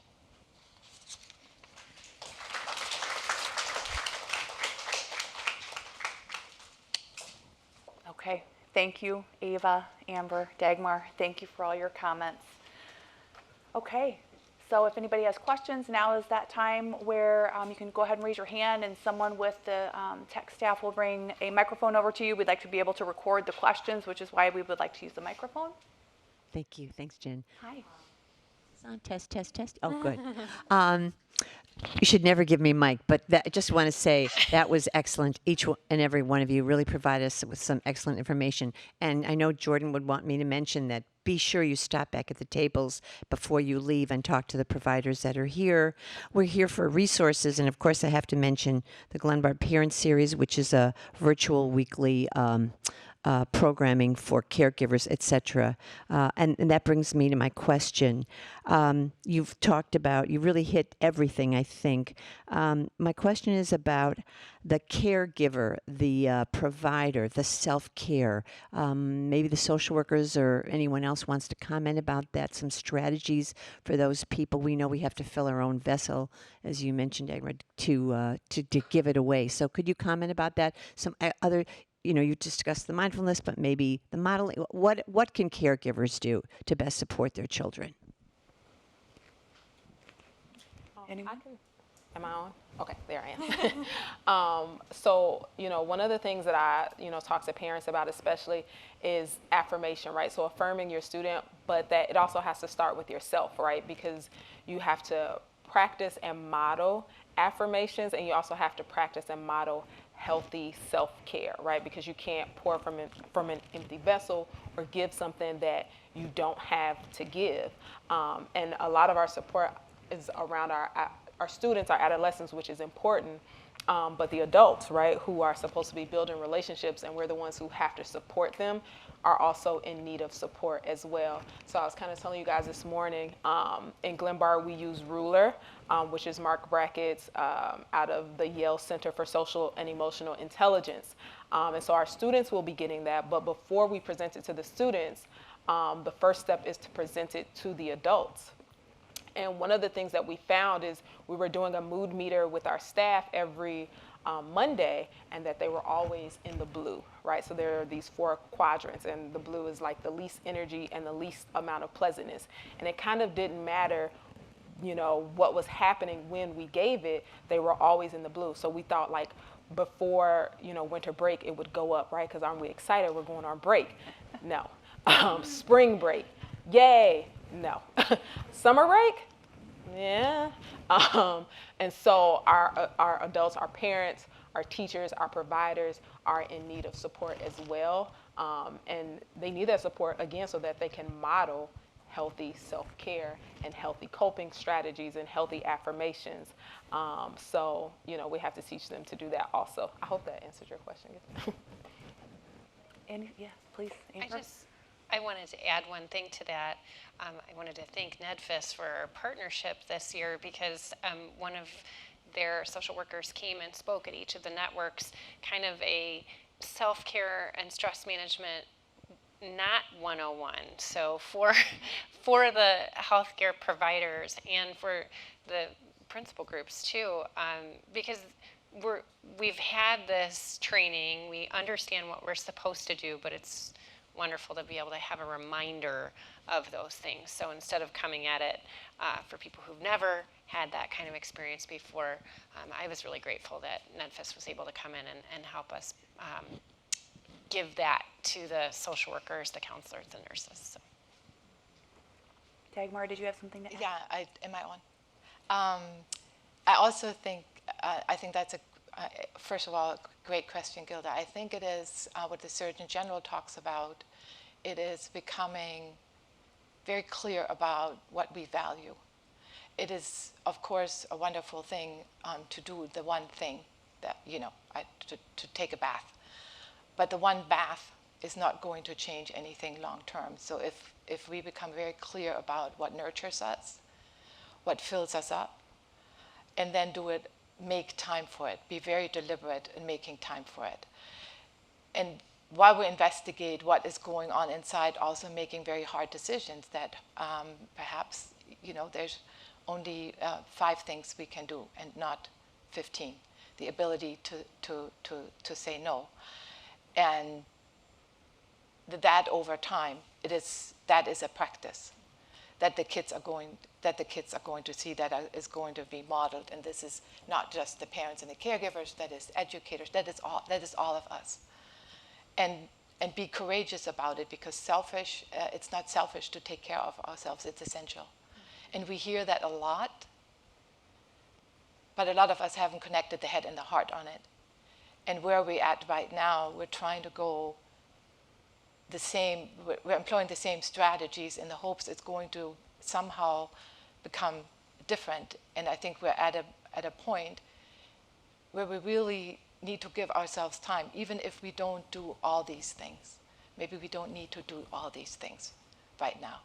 Because the quieter and the calmer we are inside, the more actually we are going to achieve. I think in 2008, the PTA where I was serving, we co-wrote the Social Emotional Learning Resolution for the Illinois State PTA. And at the time, the literature said that once the whole idea was when you're calm inside, you are going to be better out here. And the better feeling and the achievement scores went up 11%. So I think it's really important that we drive home the message that we need to take care of ourselves. And we really actually need to mean it. Let me rephrase. Of course we mean it. We actually need to follow through on it. It's not enough to say, oh, please take care of yourself, and then there's no time allotted for you to actually be able to do it. And so we have to call for it. We have to call for it for ourselves, and we have to call for it in our workplaces and wherever we are, just like the Surgeon General talks about. I think that's very important.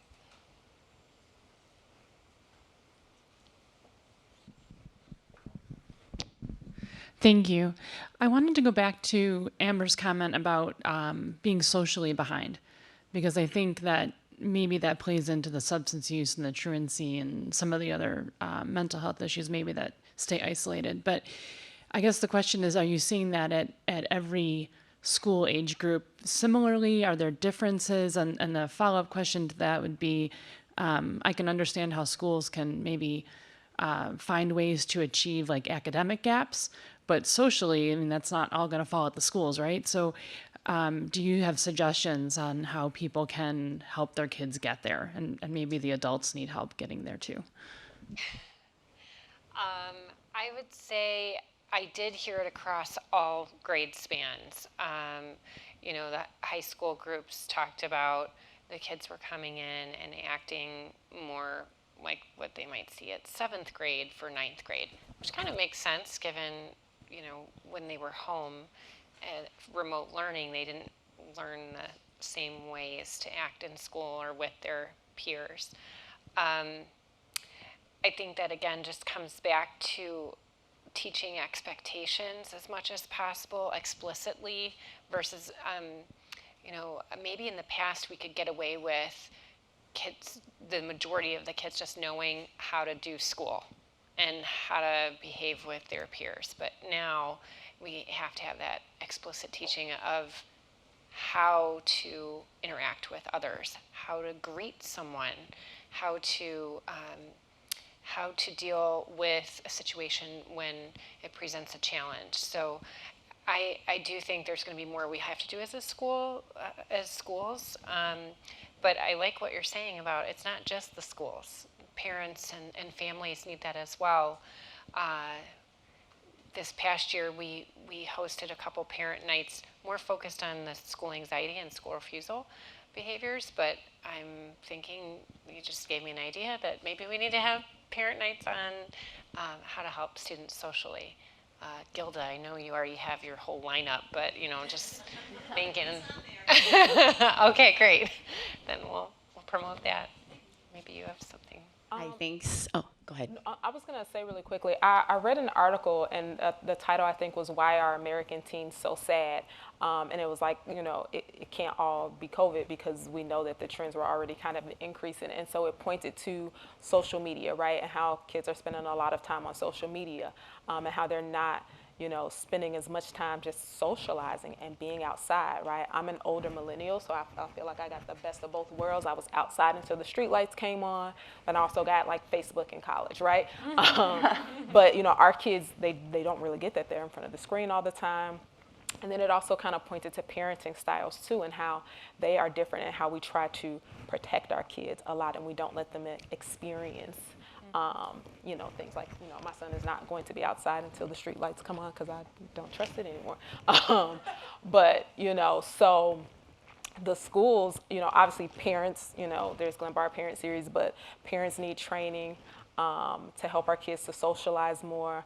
And then schools, right, that explicit teaching, right, that, you're supposed to know just how to do school, but we have to kind of do away with that notion that they don't know how to do school, and that we do have to teach them how to identify their emotions, how to manage their emotions, how to make good choices, how to make responsible decisions. So yeah, that explicit teaching. I would maybe just add to that, Ava, I think part of it starts with us as the adults, right? You don't maybe have to know every skill under the sun, but you can certainly do what comes naturally to you, and you can role model how to have empathy for someone else. You can role model how to have good social skills, and a lot of the learning that kids pay attention to is just through that observation. And so as a parent or as an adult, you might get overwhelmed, like I have so much I need to do, but I think sometimes we just need to go back to the basics. What do we know? What comes to us naturally? Our kids are always watching and paying attention. So if we're doing things that set a good tone, I think they'll follow suit. Well, Ava, you just answered my question, because that's what my question was so much of what all of you talked about, and thank you. It was very interesting. The entire time, each person, I was thinking, how does social media play into this with the mental health, and I was going to ask you, Carissa, about dopamine and how they say social media and the teens and young people, adolescents, younger. If you find that, like, if the dopamine rises and all of this, the time spent on social media and the anecdotal conversations I've had with principals this year, they have said they have spent the most time dealing with behavior issues that started on social media, not in school. So it seems like administrators, that is another reason why they are so exhausted. And it also seems that some of the education around social media might not, some of the lower income schools, the elementary principals are talking about the kids not sleeping because they are literally on their phones all night.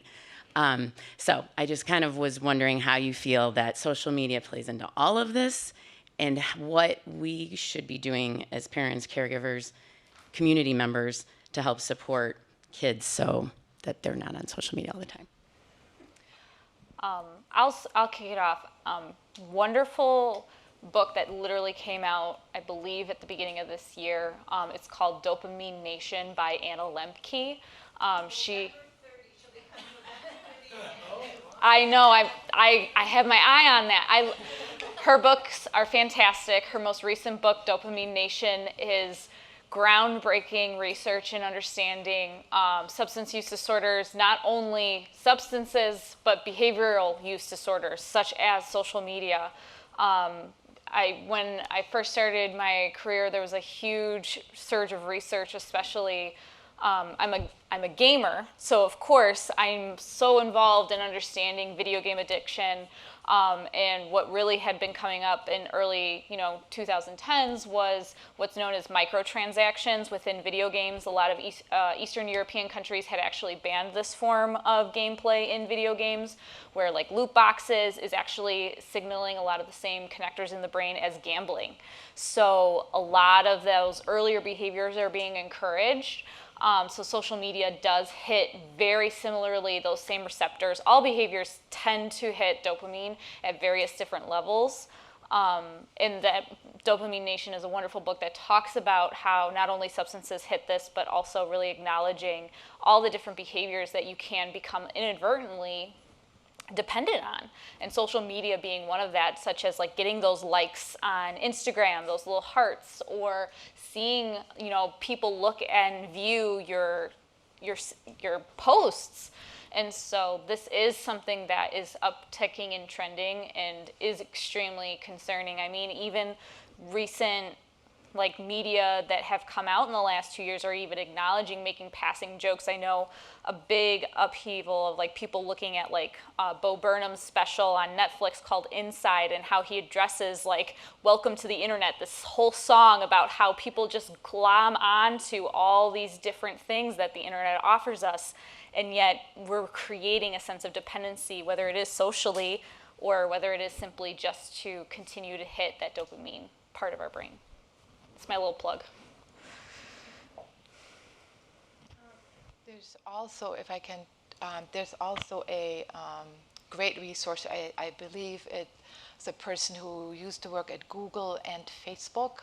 They founded Institute for Humane Technology, and there's a lot of good resources and things that you can do to, on your phone to disable notifications. Do you need to know every time anybody sends you an email, and just take charge of your time. Again, I think it's going back to sitting with ourselves and figuring out what is important to us, and that is going to take some time and some patience. That's not going to, we didn't get here in a year. We're not going to get out of this in a year, but I think it requires sitting with ourselves and talking to the kids about, like Carissa said, let's talk about the brain, what happens. So there's a lot of good resources there.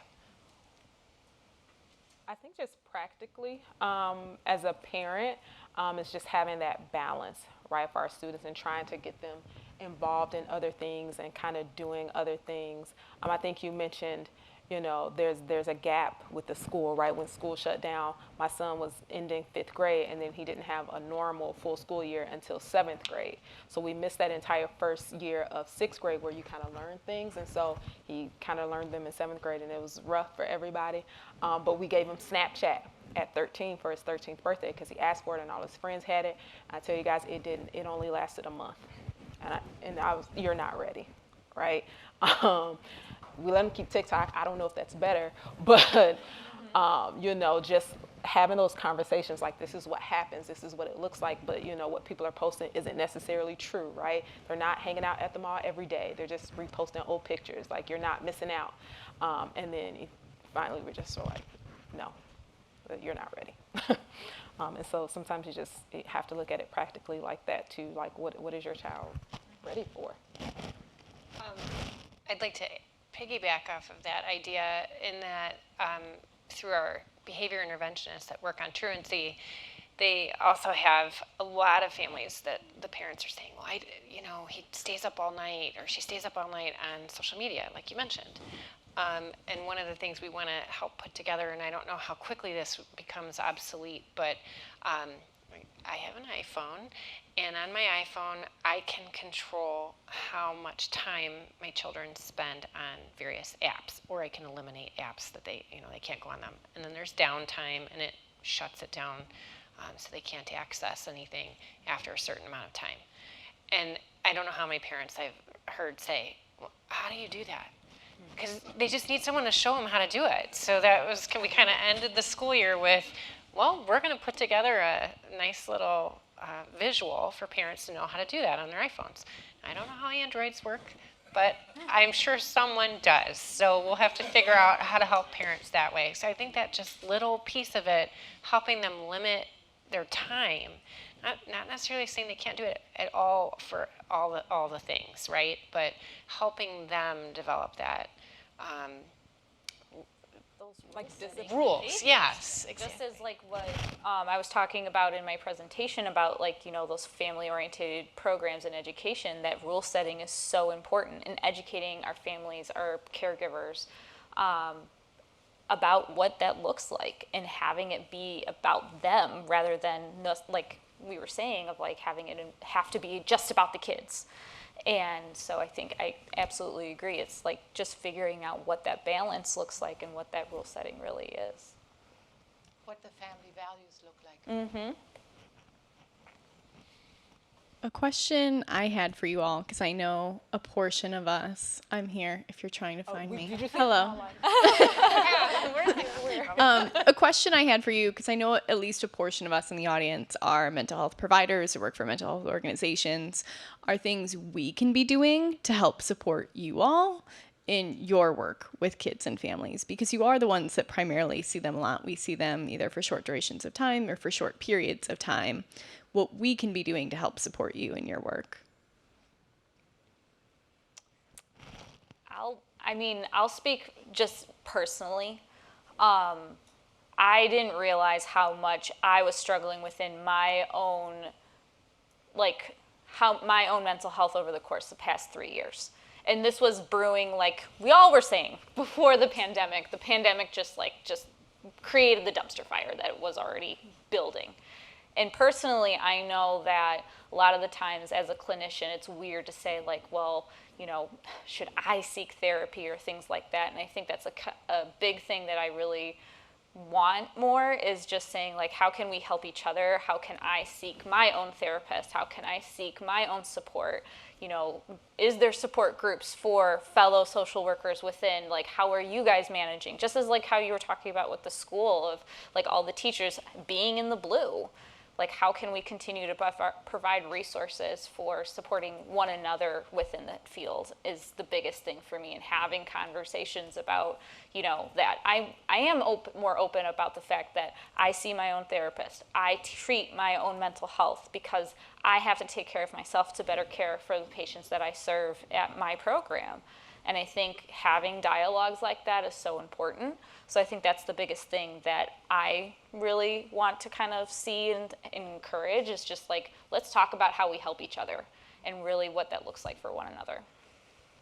Yeah, I would self-care for sure, and also say communication is going to be super important. And not that we all have to be saying the exact same thing, but we should kind of be on the same page, same wavelength. I think sometimes I've had that where, maybe something completely different is being said about getting a student into the building, and I'm like, no, we need you need to try to get get them in. So I think just the communication, so that we're on the same page, right? That we're saying something kind of similar, at least, so that because students they'll try. Well, this one said They're this. right. They're smart in that. Even my adults do that, so it doesn't change when you get older. So right. So there you go. Right. But then it's no, we talked and we all decided, right? Me and your therapist and your mom, you're gonna try to get in. So just that communication and kind of being on the same wavelength, I think would be really helpful. Well, I just want to say first, I think we're really blessed here in DuPage County with our resources. We are resource rich. I was talking to some regional soups downstate, and I happened to mention the wait times at our facilities for getting mental health support, and they were like, well, we don't even have anything like that near us. So we are really fortunate to have that. I think coordinating our efforts would be really helpful. So many school districts are trying to utilize IRIS or other referral systems like referral GPS. So anything you can do to be part of those referral systems to help streamline and coordinate our efforts, I think would be huge. One thing I think we might need to talk more about is that we, as human beings, we have all these feelings, and they're normal. Not every feeling is a disorder. And so I've lived in this community, worked this community 20 years, and it goes along with the perfectionism. If I am not always up and productive and busy, I'm somehow not good as. And I think we just need to have a wider conversation about the fact that we all have feelings, which I really like the mood meter that Eva was talking about, and talking to the kids and the adults about it. Because if we all go around and think, because this morning I felt a little off, this is a problem. No, this is life. What do I do to deal with that? So I think it would be really helpful for all of us and the kids that, because we have created this very narrow box into which we try to push everybody, and it creates even more dis-ease by doing that, because again, I'm not feeling good enough, and it just creates this cycle. I think it's really important that everybody knows, yeah, we are human, and that's fine.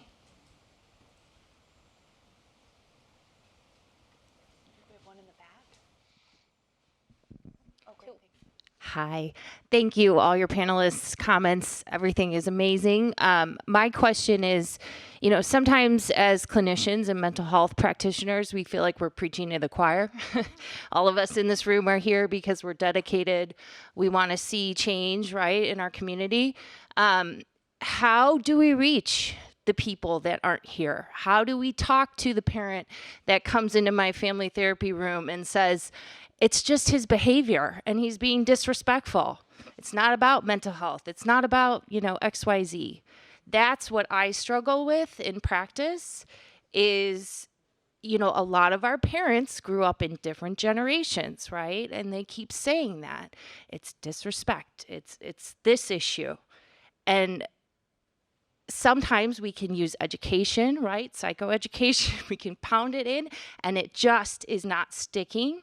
And so that's what I'm having struggles with. I don't know if anybody wants to comment on that. Yeah, I think. Go ahead. Go ahead. No. Go ahead. I think in part, am I on? Thank you.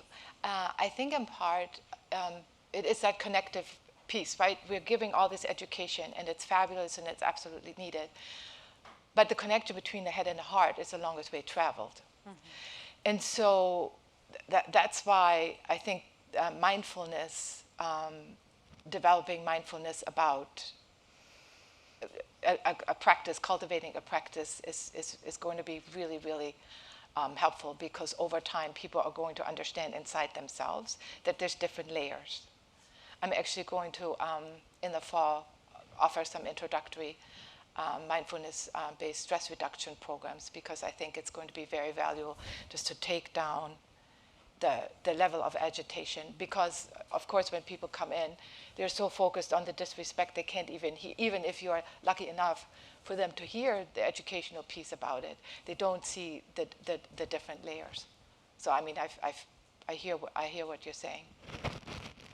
But I think mindfulness, to me, the cultivation of it, I have seen people go, it's an 8-week course that people go through. I have seen tremendous changes in people.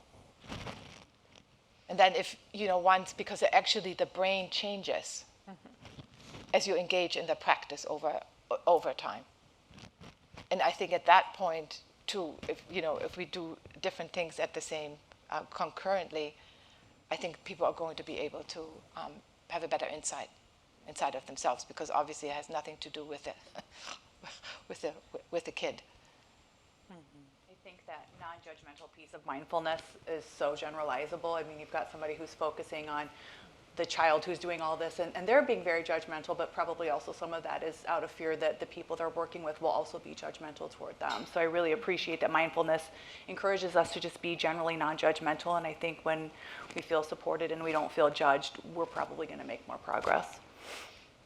I would say that's been a cornerstone of how I've, with the history of working with the adolescent population program in the past, now with even our adults, my adults that have kids, and like, how do I navigate this new journey? And I think, again, that mindfulness piece like Dagmar was talking about, and just saying that non-judgmental, just really going in and leaning hard into validating that parental experience, and that it is absolutely hard. I hear that pain, I hear that frustration, and a lot of the times that's all that our patients really want to hear, is just to be validated that this is hard, that they're experiencing their own form of pain in the process.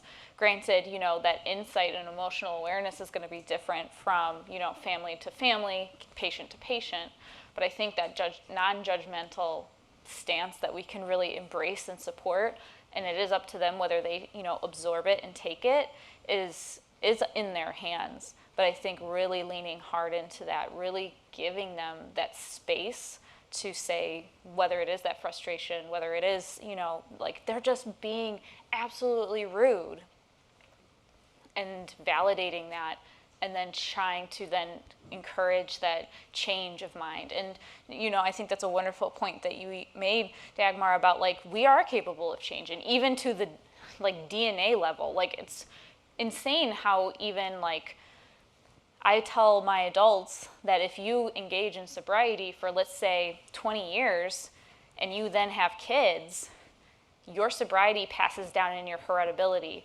So that changes your DNA. Like, we are capable to, once we engage in this journey of whether it is mindfulness, non-judgmental stances, or just encouraging us to kind of open our minds in a different way, that we are capable to kind of pass that along in our future. But it is extremely frustrating. I've argued with parents about locking up sharps. It's just, how do we validate that this is hard, and just really kind of lean into it? Then that in turn is, how do we then be kind to ourselves when we keep hitting that wall with some of our patients, for sure. I hope that answers your question. Thank you to all the panelists, and tons of great information. And as a previous speaker mentioned, that all of us in the room are having these conversations in our networks and different things like that. And even, from a school perspective, I'm ready for the mindfulness mandate.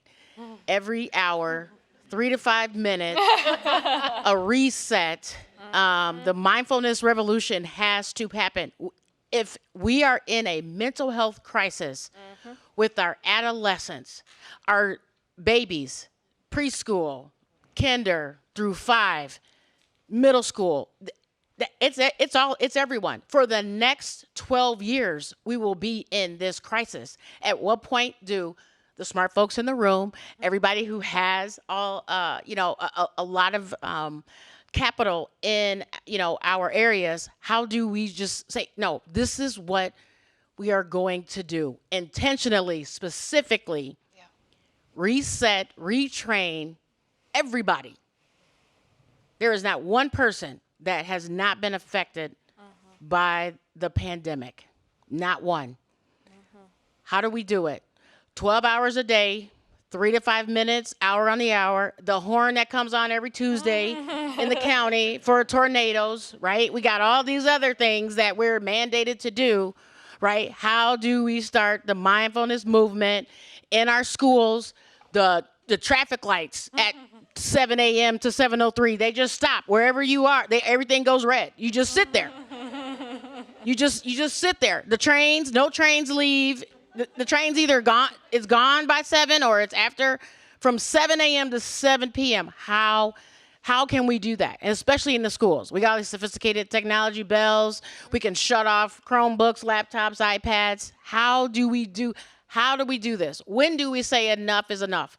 We know this, right? We know that teachers have the ability to look at the core parts of the standards. A student missing 3 to 5 minutes, right, of the teacher's perfect lesson is not going to cause them to crash. We've heard kids have to have all of these things nailed down about their future at 12.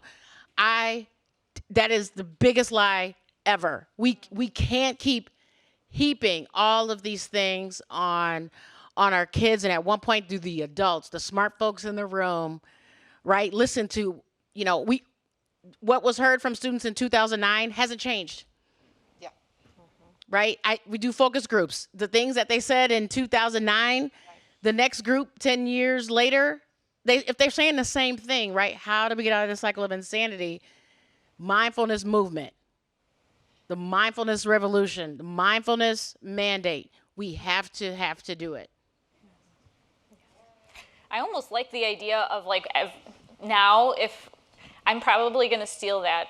Every time Tuesday, 10 o'clock, when the sirens are going off, we're going to do 5 minutes of even if it's just something that forces us to pay attention to whether it is that time of day or something like that. Why can't we just incorporate it into hey, the sirens are going off, testing the tornado sirens. Why don't we just do 5 minutes of meditation? Or, I play a popcorn game with my adults in adolescence at times where it's just everybody's going through the alphabet, hopping around the room with their eyes closed. Why can't we just do that, even if it is incorporating it into something like that? So I'm almost going to steal that and apply that every time I hear on Tuesdays at 10 o'clock, which is the end of my process group in the morning. So why not? Why not start incorporating it in having that be a part of that daily conversation even? Thank you. Yeah, I think that is a wonderful place to end. I feel hopeful. I feel educated. Thank you to all the panelists for taking the time out to share your knowledge, your experience, your expertise with us. Greatly appreciate it. Please take time to stop by all the tables outside, gather resources, connect. Thank you all for being here. We appreciate you.